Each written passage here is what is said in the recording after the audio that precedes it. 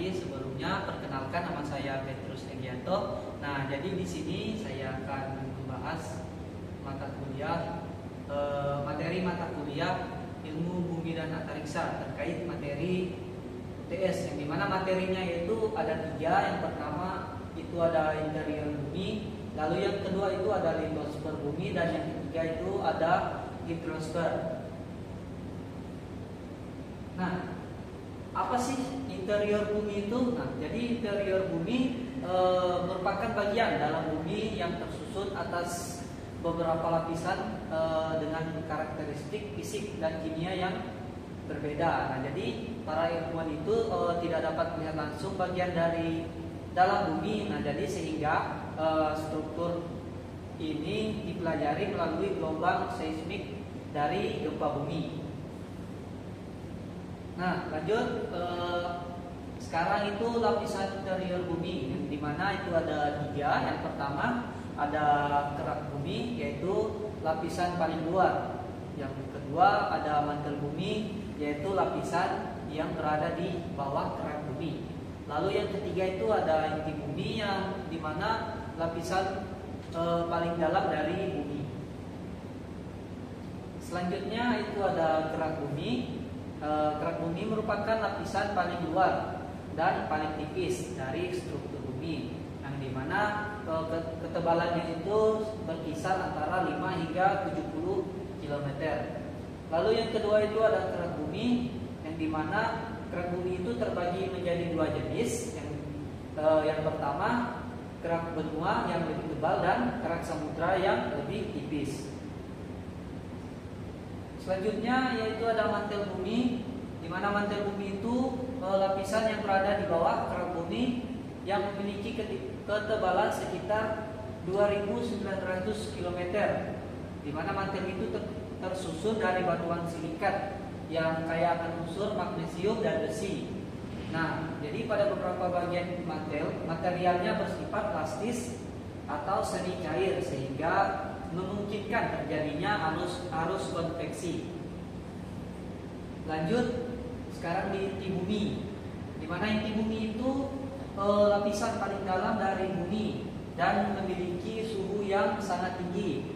Perkiraannya itu sekitar 5.000 hingga 6.000 derajat Celcius. Nah, inti bumi itu terbagi menjadi 2 bagian, yaitu inti luar yang dimana bersifat cair, dan yang kedua itu inti dalam yang bersifat padat. Sekarang pengertian litosfer. Litosfer itu merupakan lapisan batuan paling luar dari bumi yang bersifat kaku dan padat. Lalu litosfer itu sendiri terdiri dari kerak bumi dan bagian paling atas dari mantel bumi, di mana ketebalannya itu berkisar antara 50 hingga 200 km. Lalu lapisan ini sangat penting karena menjadi tempat berlangsungnya berbagai aktivitas geologi dan kehidupan manusia. Selanjutnya ada peran litosfer pada sistem bumi, di mana perannya itu ada 3: gempa bumi, aktivitas gunung api, dan pembentukan pegunungan. Nah, jadi litosfer juga menjadi sumber berbagai sumber daya alam seperti mineral, logam, batu bara, dan berbagai bahan tambang yang sangat bermanfaat bagi kehidupan manusia. Selanjutnya pengertian hidrosfer.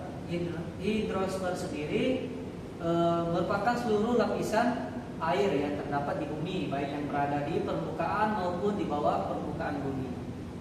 Hidrosfer sendiri meliputi berbagai bentuk air seperti samudra, laut, sungai, danau, air tanah, es di kutub, serta uap air di atmosfer.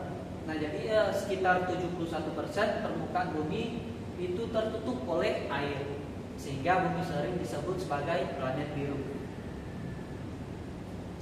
Sekarang ada siklus hidrologi, yang dimana air yang terdapat di bumi tidak diam, tetapi selalu mengalami pergerakan yang disebut siklus hidrologi atau siklus air. Nah, jadi siklus ini terdiri dari beberapa tahapan. Yang pertama ada evaposi, yaitu tahapan penguapan air. Yang kedua ada kondensasi, yaitu pembentukan awan dari uap air. Lalu yang ketiga itu ada presipitasi atau turunnya air ke permukaan bumi dalam bentuk hujan. Lalu yang ketiga itu ada infiltrasi, yaitu proses peresapan air ke dalam tanah. Oke, sekarang kita masuk ke sesi kesimpulan, yang dimana sebagai kesimpulannya itu interior bumi, litosfer dan hidrosfer merupakan bagian penting dari sistem bumi. Lalu yang kedua, interior bumi menjelaskan struktur lapisan dalam bumi, yang dimana litosfer merupakan lapisan batuan tempat berlangsungnya aktivitas geologi, sedangkan hidrosfer sendiri mencakup seluruh sistem air yang ada di bumi. Lalu yang ketiga ada komponen tersebut saling berinteraksi dan berperan penting menjaga keseimbangan serta keberlangsungan kehidupan di bumi. Oke, mungkin sekian penjelasan materi singkat dari saya. Saya ucapkan banyak terima kasih dan selamat pagi.